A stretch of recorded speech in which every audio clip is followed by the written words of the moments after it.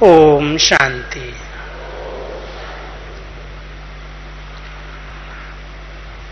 ब्रह्मा बाबा के हम जिन्स प्रवृत्ति मार्ग के सभी भाई बहनें बहुत अच्छी योग तपस्या कर रहे हैं। सभी ने अभी अभी अपने बाप समान बनने के लिए शुभ संकल्प, दृढ़ संकल्प किए। ब्रह्मा बाबा जो संपन्न और संपूर्ण बने,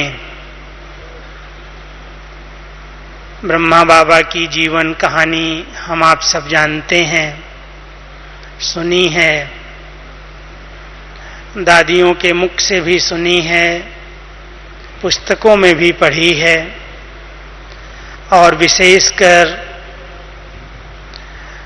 अव्यक्त बाप दादा अपने संपूर्ण स्वरूप से ब्रह्मा बाबा ने साकार में क्या किया,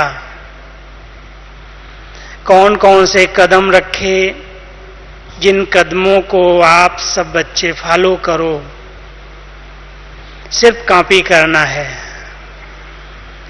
बाबा ने बहुत सरल शब्दों में और अनेक मुरलियों में ब्रह्मा बाबा के कदम, ब्रह्मा बाबा के कर्म हम सब बच्चों को सुनाए हैं। उनके कर्म ही हमारे लिए कदम है। तो क्या बाबा ने ऐसा किया जो हम सबसे श्रेष्ठ नंबर 1 संपूर्ण भी बने, समान भी बने और फर्स्ट प्रिंस के रूप में सतयुग में श्रेष्ठ पार्ट भी बजाएंगे। हम सब आत्माएं सतयुग से लेकर के कलयुग अंत तक किसको फॉलो कर रही हैं? यदि आप सब विचार करके देखें तो ये आत्मा जो ब्रह्मा बाबा के रूप में हम सबके सामने है, आदिकाल, मध्यकाल और अंतकाल, तीनों काल बाबा ने आत्मा के बताए हैं। आदिकाल के अंदर सर्व गुणों से संपन्न, सर्व कलाओं से संपन्न, संपूर्ण निर्विकारी, सर्व मर्यादाओं में पुरुषोत्तम श्री कृष्ण के रूप में इस आत्मा ने पार्ट प्ले किया। श्री नारायण के रूप में सारी प्रजा की, सतयुगी दुनिया की पालना की। मध्यकाल के अंदर भक्ति का प्रारंभ, भक्ति काल की शुरुआत भी इसी आत्मा ने की, विक्रमादित्य के रूप में। और अंत काल में भी परमात्मा पिता ने इसे अपना माध्यम बनाया, अलौकिक नाम दिया प्रजापिता ब्रह्मा। इसकी चढ़ती कला सारे ब्राह्मण जगत की चढ़ती कला, और इस आत्मा की उतरती कला तो हम सब उसके पीछे उतरते आए। इस संगम के समय में बाबा अब हम सबको समान बना करके साथ ले चलेंगे।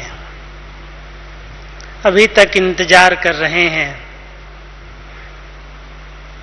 कई लोग सोचते हैं बाबा तो चले गए, अव्यक्त हो गए, शरीर छोड़ दिया।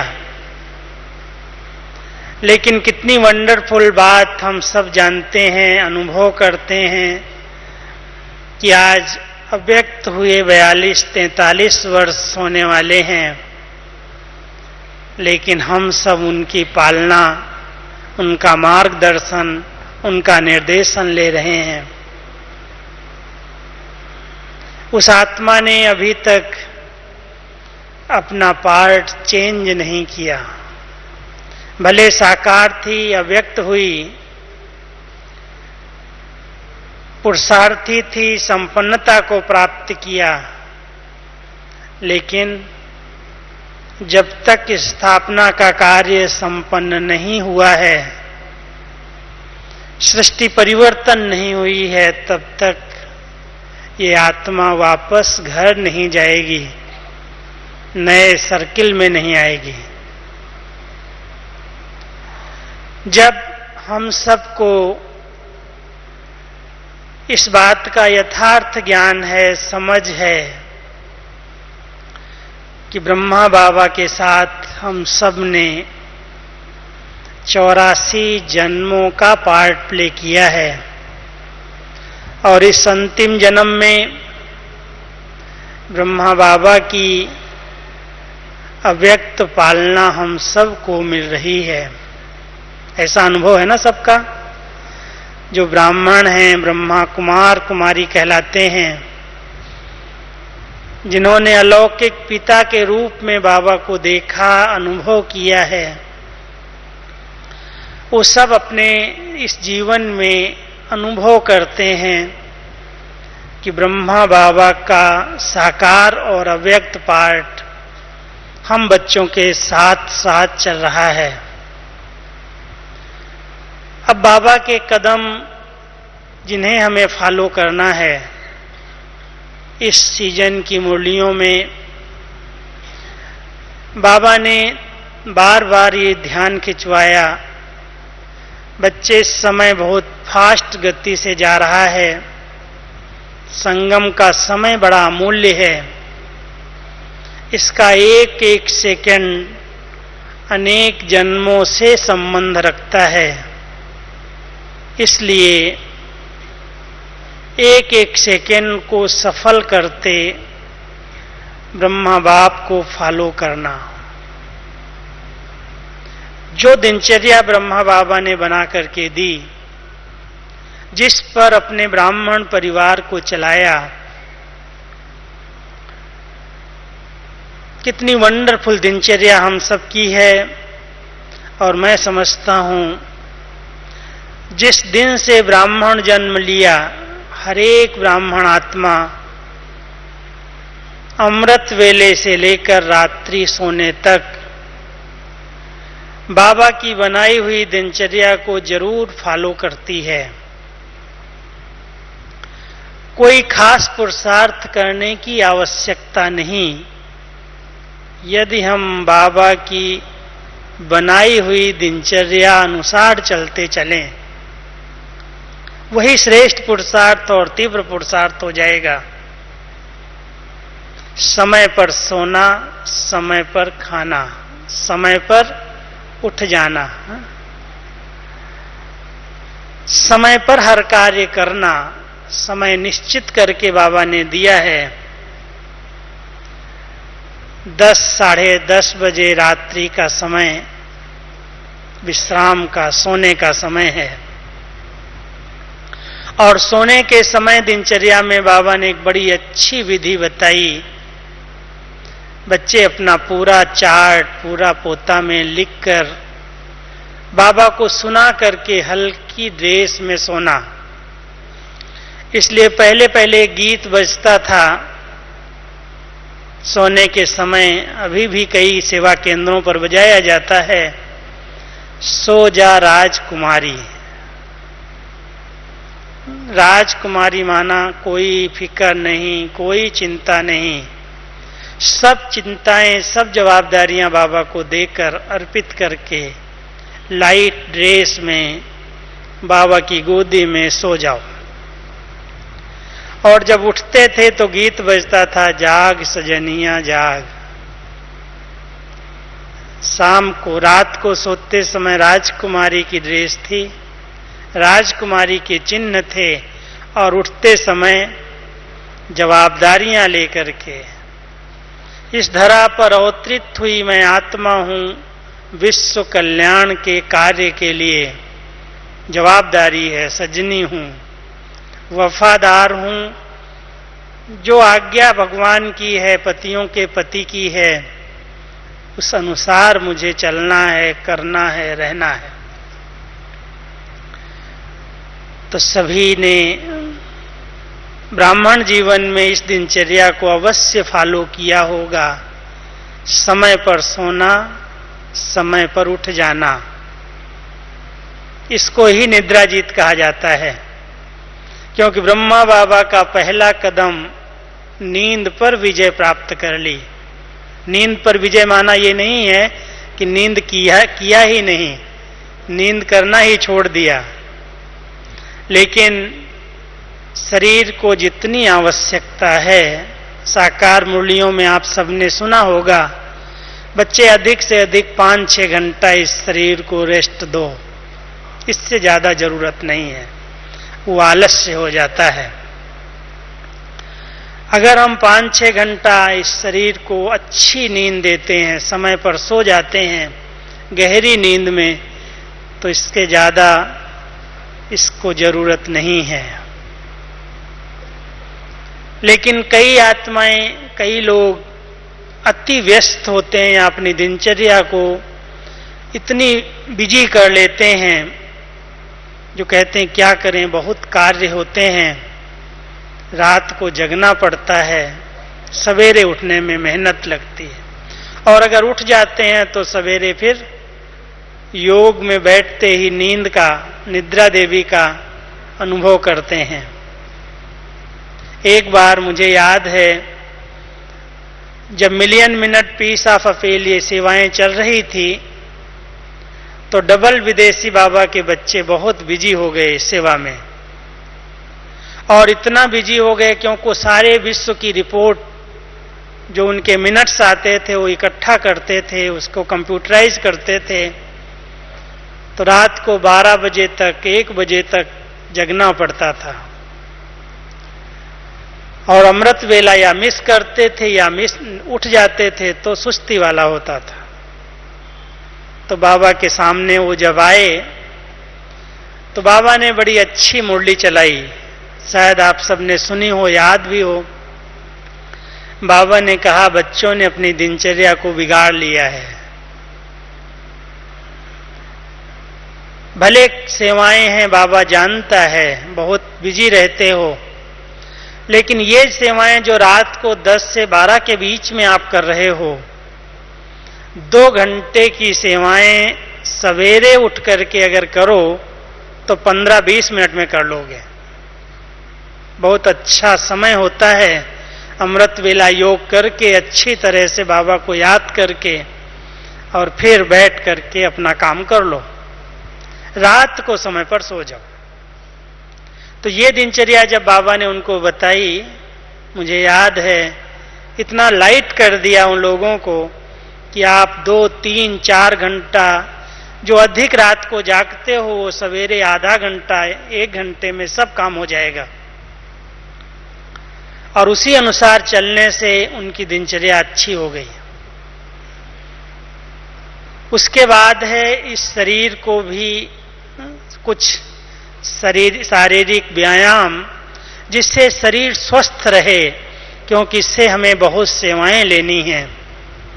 अगर शरीर बीमार है, किसी कारण से हवा पानी के प्रभाव से हम बार बार बीमार पड़ते हैं, तो भी हम सेवा करने की बजाय सेवा लेने लगते हैं। इसलिए आवश्यकता है इस शरीर को स्वस्थ रखने के लिए कुछ समय पैदल करना, सैर करना या एक्सरसाइज करना। अगर 1 घंटा स्व उन्नति के लिए, आत्मिक उन्नति के लिए हम योग कर रहे हैं, तो 1 घंटा इस शरीर को भी अवश्य देना चाहिए। और उसके बाद है स्वाध्याय, क्योंकि सारे दिन में बहुत सी परिस्थितियां, बहुत से पेपर्स, बहुत सी बातें हम सब के साथ बीच में आती हैं। उस समय हम सब अगर उन परिस्थितियों में उलझ गए तो बहुत सा समय और शक्तियां नष्ट होती हैं।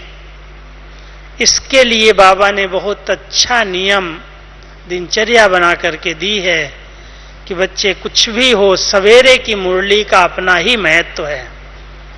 कई लोग समझते हैं सवेरे अगर मुरली मिस हुई तो हम शाम को पढ़ लेंगे।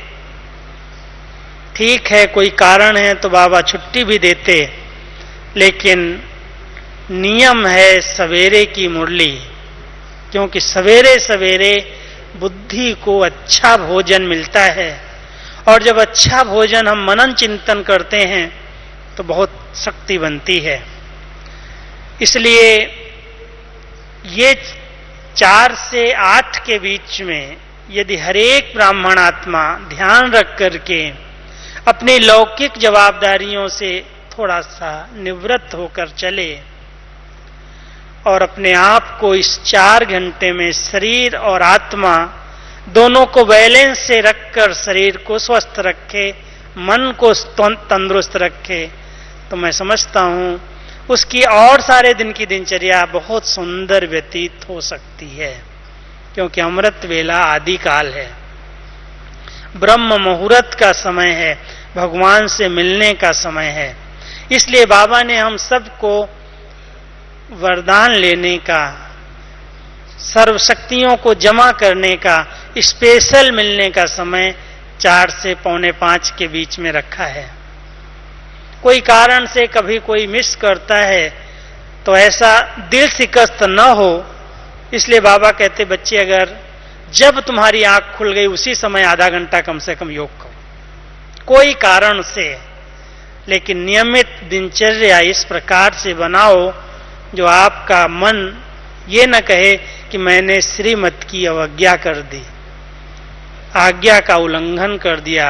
ये भी एक सूक्ष्म बोध चढ़ता है। फिर दिनचर्या के अंदर बाबा ने बीच बीच में बहुत सुंदर ट्रैफिक कंट्रोल की विधि दी है। 1 मिनट भी अगर 1 घंटे में हम ब्रेक देते हैं संकल्पों को, तो ये संकल्प बहुत शक्तिशाली बन जाते हैं। ऊर्जा इकट्ठी हो जाती है जो पूरे घंटे में काम आती है। इसलिए बीच बीच में मधुबन की दिनचर्या में हर घंटे 1 मिनट गीत बजता है, ट्यून बजती है। और वैसे बीच बीच में 5 ट्रैफिक कंट्रोल के समय निश्चित किए गए हैं। अगर आप अपनी दिनचर्या के बीच में फिक्स कर लें तो जो बाबा इस समय इशारा कर रहे हैं, बच्चे व्यर्थ संकल्पों से मुक्त हो जाएं। व्यर्थ संकल्पों से मुक्त होने की बहुत सुंदर ये विधि है।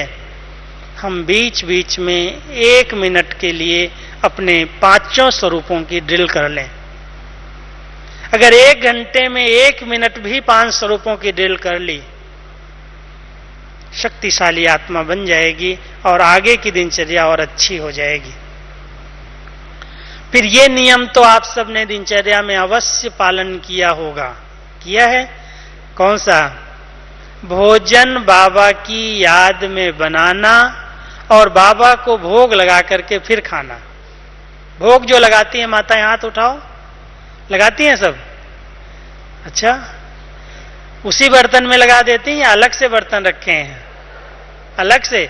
जिन्होंने अलग से रखे हो हाथ उठाओ। अच्छा, गुजरात की माताएं तो क्या कहें, नंबर 1 है। बहुत अच्छी बात है, क्योंकि अगर ये भान रहता है कि बाबा के लिए भोग बन रहा है, बाबा के लिए भोजन बन रहा है, तो बाबा की शक्तियां, बाबा की सकाश, बाबा कहता मैं खाता भले नहीं हूं लेकिन तुम्हारी भावनाओं की वासना जरूर लेता हूं। तुम किस भावना से बना रहे हो, कितनी शुद्धता है, कितनी निर्मलता है, कितनी भावनाएं हैं।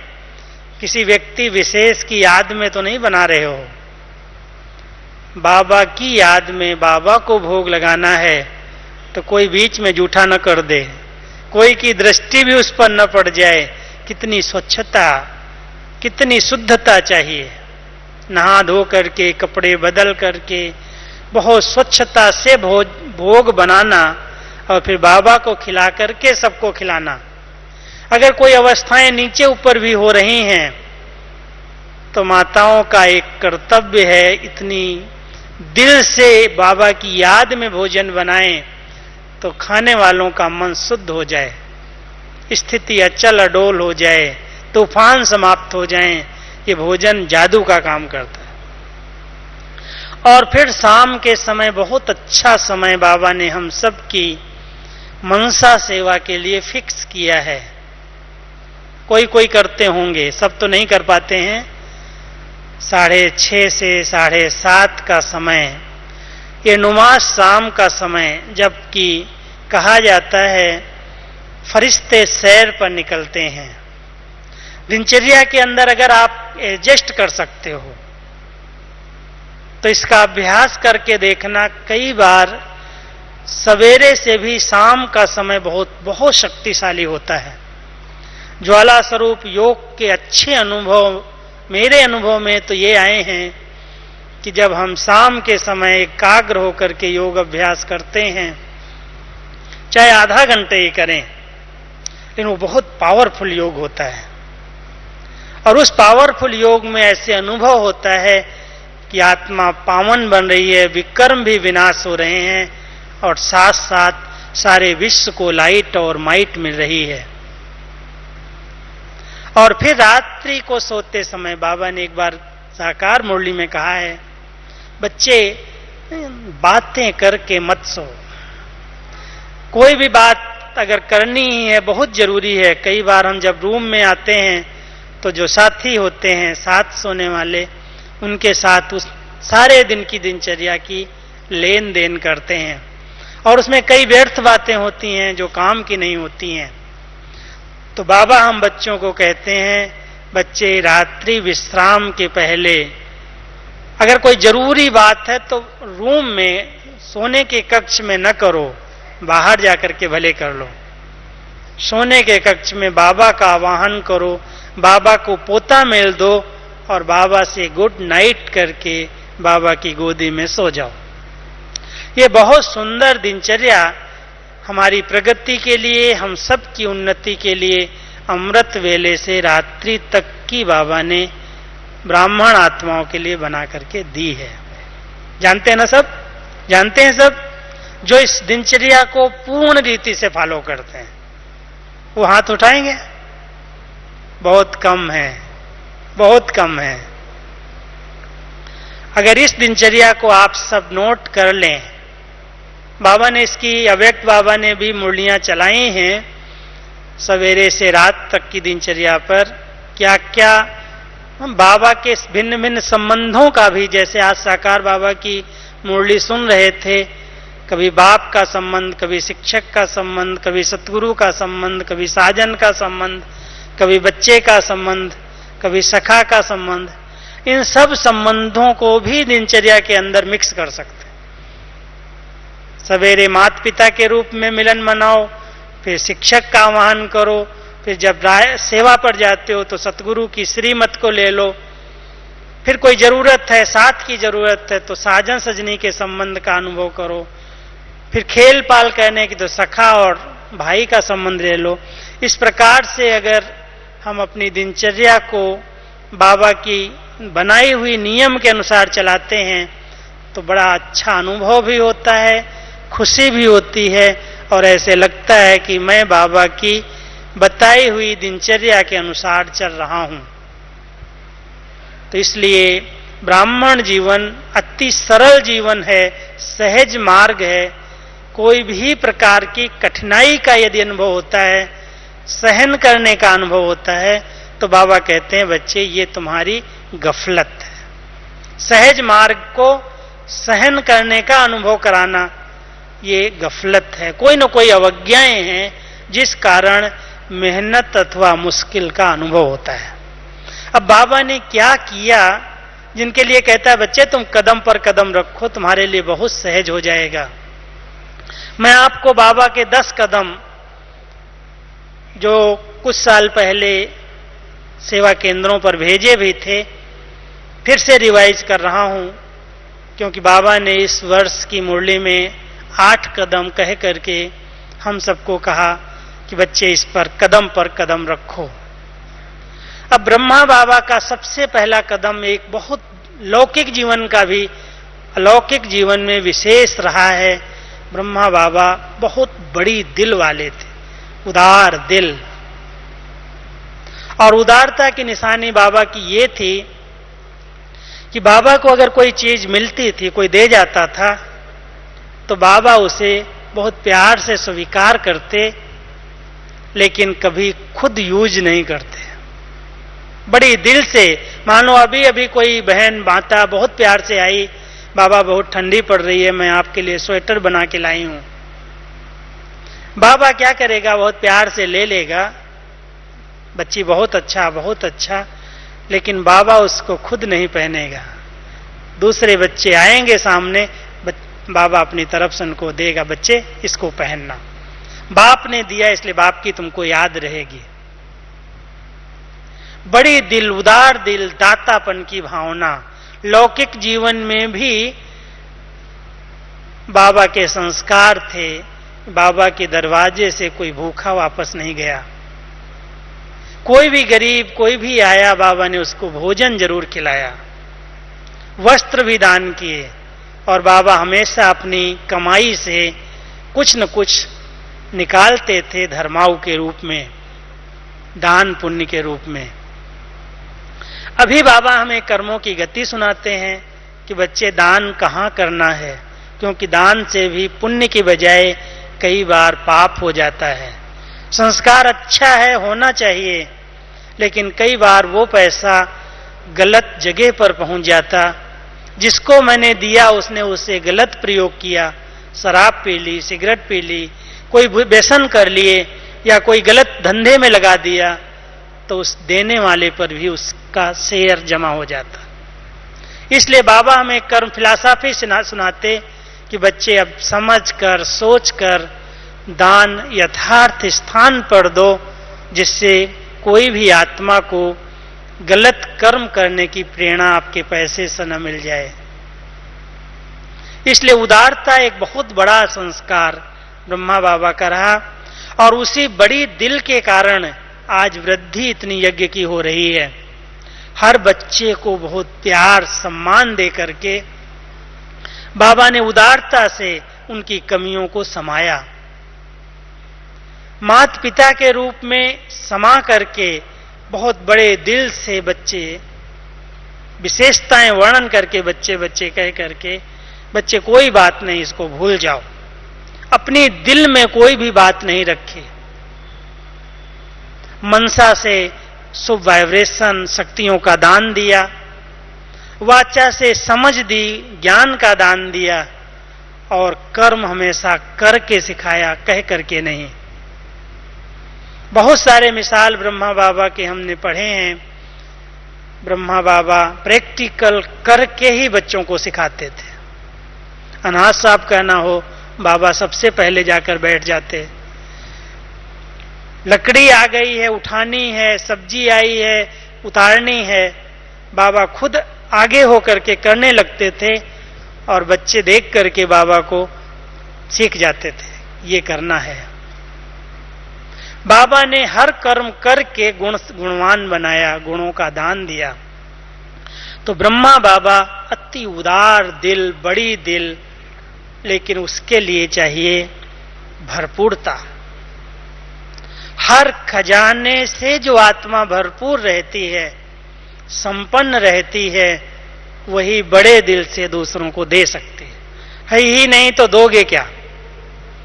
तो पहले अपने आप को भरपूर करना, ज्ञान से, गुणों से, शक्तियों से, सर्व खजानों से। जो कुछ बाबा हमें दे रहा है, बाबा हमेशा एक मंत्र हम बच्चों को देता है। ब्राह्मणों को कहता है, हे मेरे बच्चों, किसी से मांगना नहीं, तुम मेरे दाता के बच्चे हो, भगवान से भी नहीं मांगना। ऐसा संबंध रखो जो सर्व प्राप्तियों के मालिक बन जाओ। ऐसा उसकी आज्ञा पर चलो जो देने के लिए वो बंधा हुआ रहे। बाबा से एक लो और सबको दो। किसी इंसान से मुझे नहीं चाहिए, न मान चाहिए, न शान चाहिए, न महिमा चाहिए, बाबा ने कोई चीज स्वीकार नहीं की। साकार में जब तक बाबा इस शरीर के अंदर थे, कोई गुलदस्ता भी लेकर के बाबा को आता था तो भी बाबा कहते थे किसके लिए लाए हो?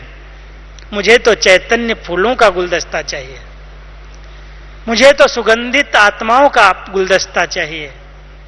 ये स्थूल रूप में खर्चे की जरूरत नहीं है।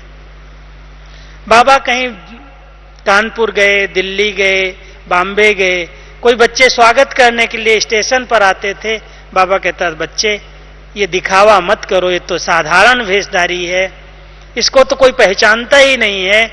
भगवान तो गुप्त रूप में अपना कार्य करने आया है, इसलिए इसके लिए कोई खर्चे की जरूरत नहीं, कोई भबका करने की जरूरत नहीं। इतना उदार दिल, इतना बड़ी दिल।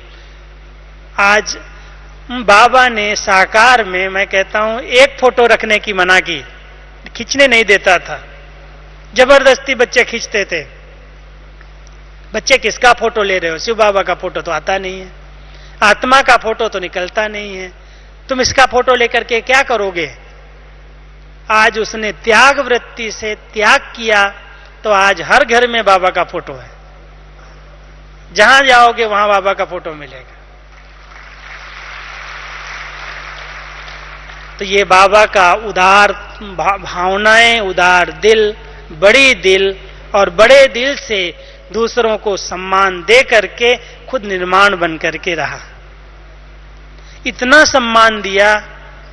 बाबा की अगर कोई महिमा करे कि बाबा आपने ये किया, बाबा ने आपने ये किया, और उस महिमा को हमने अपनी आंखों से देखा। दादी प्रकाश मणि जी ने फुल फॉलो किया हुआ था। कभी हम कहें दादी आपने ये बहुत अच्छा किया, हमेशा कहती थी मुट्ठा मैंने थोड़ी किया, मैं थोड़ी कुछ करती हूं, बाबा करता, तुम उसको नहीं देखता है, वो मेरे ऊपर रहता है। हम सभी भी बाबा को अगर फॉलो कर रहे हैं तो इस बात को जरूर फॉलो करें, जो कुछ तुमने किया वो मैं करके दिखाऊं। क्या किया? कभी नहीं कहा कि मैंने बड़ी अच्छी मुरली चलाई, मैंने आज बच्चों को बड़ा अच्छा समझाया। अगर कोई ने कहा बाबा आज आपने बहुत अच्छी मुरली सुनाई, बच्चे मैंने कुछ नहीं सुनाई, मैंने थोड़ी सुनाई, शिव बाबा ने सुनाई। तुम सदैव समझो शिव बाबा सुनाता है। ब्रह्मा बाबा बिना मुरली बनाए बजाए मुरलीधर नहीं बना। श्री कृष्ण के हाथ में मुरली का जो इतना महत्व है, काठ की मुरली तो श्री कृष्ण ने नहीं बजाई होगी। इस आत्मा ने संगम पर मुरली बजा करके मुरलीधर बन गया और आधा कल्प तक मुरलीधर के रूप में श्री कृष्ण की पूजा हो रही है। बजाई है संगम पर और कहता है मैं नहीं बजाता हूं, शिव बाबा बजाता है शिव बाबा का पार्ट, लेकिन शिव बाबा ज्ञान देने के लिए आता है। अनुभव ब्रह्मा बाबा के हैं, अनुभव से हम बच्चों को सिखा रहा है, पढ़ा रहा है, इसलिए बाप दादा की मुरली कंबाइंड है। तो हम सब ब्रह्मा बाबा के समान निर्माण बन करके, नम्र चित्त बन करके सदा एक स्लोगन याद रखें, मैं निर्माण के कार्य के लिए हूं। कोई भी कार्य मुझ आत्मा से डिस्ट्रैक्टिव न हो। हम कंस्ट्रक्शन के लिए हैं, इसलिए कभी भी किसी की स्थिति को न बिगाड़ें। कोई शब्द से कोई की स्थिति बिगड़ गई, माना मैंने ब्रह्मा बाबा के कदम पर कदम नहीं रखा। ब्रह्मा बाबा ने एक एक बच्चे की विशेषता को देखा और विशेषता को देख करके उसको उसी तरह का सम्मान दिया। पहले बच्चे, पहले आप, कभी नहीं कहा पहले ये या पहले मैं। अपने आप को गुप्त रख करके निमित्त निर्माण बन करके हर आत्मा को सम्मान दिया। हम सब इस कदम को फॉलो कर सकते हैं।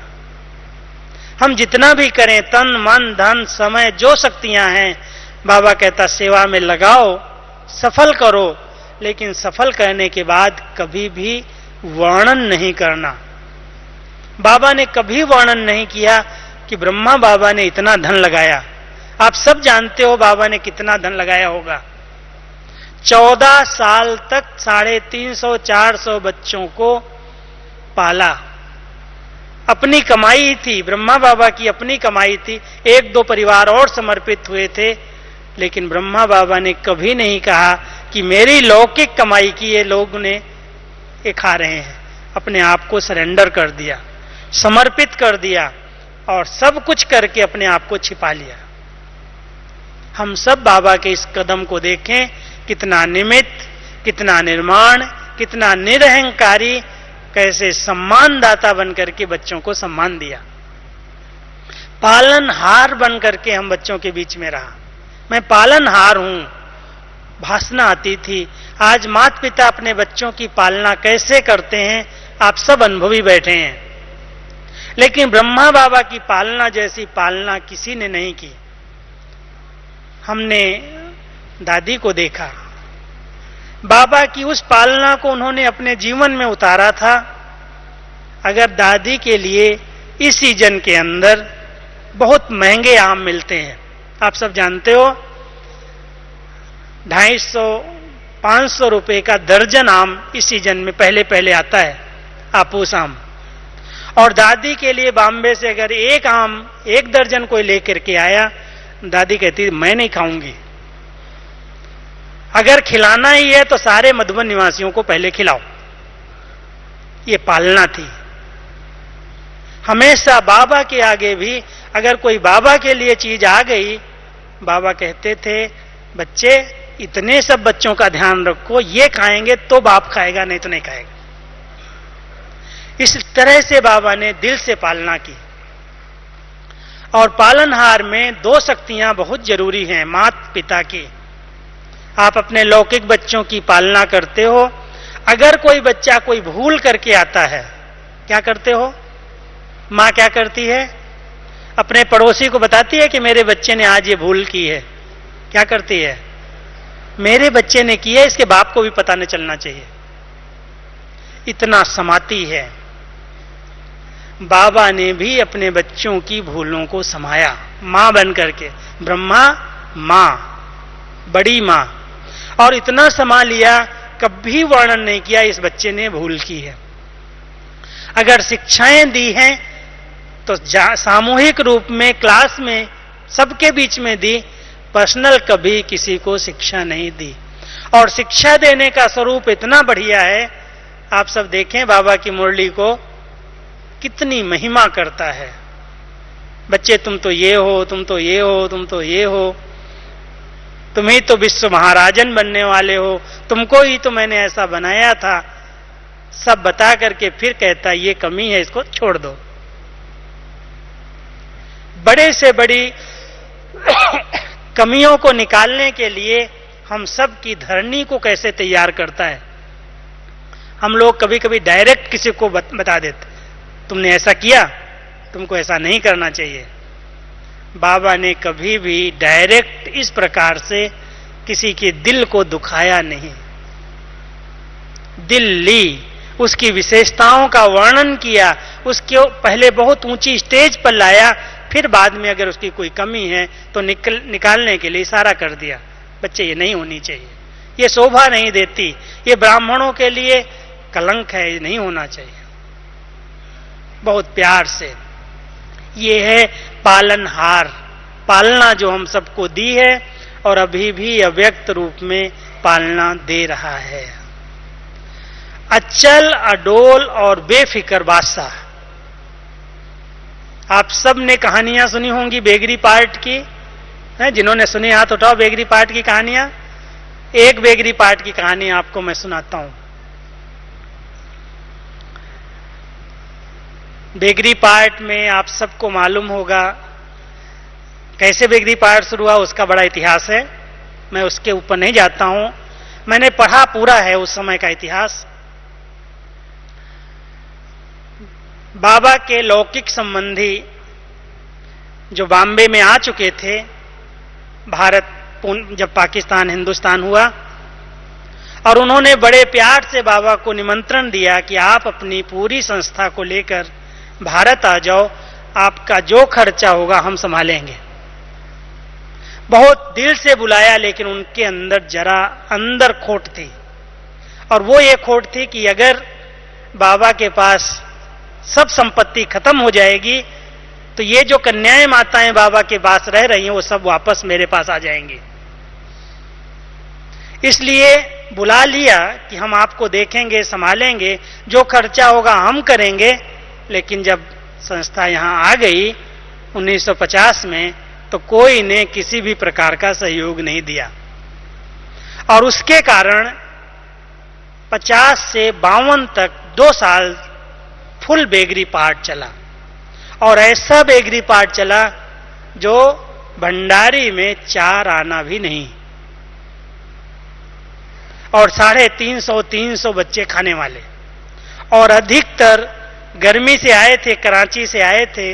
माउंट आबू में आते ही ठंडी अधिक थी, सब बीमार पड़ने लगे, और बहुत बड़ी परीक्षा।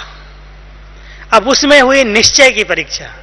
बाबा कहता था हमारा रक्षक वो है, हमने जीवन उसको दी है, इसलिए हिलना नहीं, अचल अडोल एक रस। ब्रह्मा बाबा अचल अडोल बेफिक्र बादशाह, कि इन बच्चों ने तो उसको जीवन दी है, वो खिलाने वाला है, चिंता किस चीज की है। इतना निश्चिंत, इतना बेगमपुर का बादशाह, जो होली का त्योहार आया, रात को कहता है मुरली चलाई, बच्चे होली का त्योहार है, कल सवेरे जलेबी बनेगी, जलेबी खिलाएंगे बच्चों को। उसी समय भंडारी ने सुना, वो दौड़ के बाबा के पास आई, बाबा आपने जलेबी खिलाने के लिए बात की है, न यहां तेल है, न आटा है, न चीनी है, कुछ नहीं है, और जलेबी कैसे खिलाएंगे। बाबा ने कहा बच्ची मैंने थोड़ी कहा, उसी बाबा ने कहा है, वो इनको खिलाएगा जलेबी। कहा अच्छा कुछ नहीं है, चलो योग तो कर सकते हैं ना, आज सभी 2 बजे उठ करके योग करना। 2 बजे सबको उठा दिया, लाइट जली। सामने एक बहुत विरोधी सिंधी परिवार रहता था, और माता बड़ी भावना वाली थी, रोज छिप छिप करके क्लास में आती थी। यही आबू की बात है, ये ब्रज कोठी की। और वो सिंधी हमेशा बाबा को गालियां देता था, भाई। उस दिन देखा ये 2 बजे लाइट क्यों चल रही है, लाल लाइट हुई, उसकी नींद फिट गई, और कहता है पता नहीं आज होली के दिन बाबा को हुआ क्या है, 2 बजे क्यों बच्चों को सबको उठा दिया। ऐसा करो, मेरे पास जो भंडारी में रखा है अभी अभी जाओ, रात को ही दे आओ जाकर के, बाबा इसीलिए योग कर रहा, उसको टच हो रहा है। वो माता कहती है सवेरे दे आऊंगी, उजाला हो जाए जब जाऊंगी। नहीं, तू अभी अभी जा, सवेरे मेरी बुद्धि बदल जाएगी। रात को ही उसने वो पैसा उठा करके उसको दिया, और वहीं योग चल रहा था, वहां माता जी आई और वो पैसा दे करके गई। और उस समय ही बाबा ने कहा देखा बच्ची, बाबा खिलाने वाला है, अब लाओ सब सामान और बनाओ जलेबी।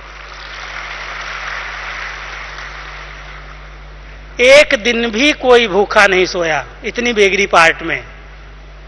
कभी न कभी कहीं न कहीं से मनी आर्डर, कहीं न कहीं से कोई साधन, सुविधाएं आती रही, लेकिन जिनको थोड़ा सा संशय था उन्होंने सोचा हम जाकर के कमा करके आएंगे। लेकिन बाबा की मुरली चलती थी, बच्चे तुम्हारे पास अविनाशी धन है, ज्ञान धन है, इस ज्ञान धन को बांटो, इस धन के पीछे सब धन अपने आप आ जाएगा। स्थूल कमाई करने के लिए बच्चों को जाने की जरूरत नहीं है। लेकिन कई बच्चे थोड़ा संशय बुद्धि थे, ज्ञान से कैसे पैसा आएगा, लौकिक में गए और माया के जाल में फंस गए। और जो निश्चय बुद्धि थे, पक्के थे, अचल अडोल थे, जिन्होंने बाबा को देखा, उन्होंने कहा बाबा जो कहे। लखनऊ में, कानपुर में, दिल्ली में उनको बाबा ने भेज दिया और केंद्र खुलने लगे। आज देखो वो बीज ज्ञान का, जो ज्ञान धन था, उसके पीछे सब धन आ गया। बाबा की वो अचल अडोल एक रस बेफिक्र बादशाही की स्थिति, बिल्कुल निश्चिंत, चिंता मैं क्यों करूं, वो बैठा है। हैं ऐसे आप सभी निश्चिंत हैं, रहते हो निश्चिंत, कि ये क्या करूं, 4 बच्चियां हैं, 2 बच्चे, इनकी शादी करनी, इनको ये करना, इनका ये करना। बाबा को समर्पित करो, जो कुछ है बाबा पर अर्पित कर दो, बाबा आपकी बागडोर को संभालेगा। लेकिन निश्चय में जरा भी संशय ना आए, कैसे होगा, बाबा तो निराकार है, पता नहीं मदद करेगा या नहीं। फिर बाबा कहता मैं नहीं करता। तो ऐसे अचल अडोल एक रस स्थिति, बेफिक्र वासा की स्थिति ब्रह्मा बाबा जैसी बना करके बहुत निश्चय बुद्धि होकर के चलेंगे तो निर्भय भी रहेंगे और अथॉरिटी बन जाएंगे। बाबा अथॉरिटी था, कोई भी बात में झुका नहीं, अथॉरिटी था, सत्यता की अथॉरिटी, कभी भी कंप्रोमाइज नहीं किया, ज्ञान के धारणाओं में कभी भी कंप्रोमाइज नहीं। बाबा के पास लोग आते थे, बाबा सिर्फ आप एक बात कहना बंद कर दो, आपकी संस्था बहुत बढ़ जाएगी। कौन सी? बाबा ये सिर्फ नहीं कहो कि काम महाशत्रु है, पवित्रता पर इतना जोर नहीं दो। और बाबा कह रहा है कि बच्चे पवित्रता के बिना सतयुग आएगा ही नहीं। सतयुग की नींव पवित्रता है, सुख शांति की जननी पवित्रता है, इसलिए पवित्रता की अथॉरिटी बनकर के बाबा ने इस बात में कंप्रोमाइज नहीं किया। बोला ये मैं नहीं कहता हूं, ये भगवान कह रहा है, काम महाशत्रु है। पवित्र बनोगे, योगी बनोगे तो सतयुग का राज्य भाग्य मिलेगा, कोई आए या ना आए, ज्ञान में चले या न चले। लेकिन इस बात में बाबा ने कभी कंप्रोमाइज नहीं किया, अथॉरिटी बनकर के रहा। लेकिन अथॉरिटी होते हुए भी नम्रता का अवतार, बहुत नम्र चित्त, कभी दिखाई नहीं दिया कि अथॉरिटी का अभिमान है।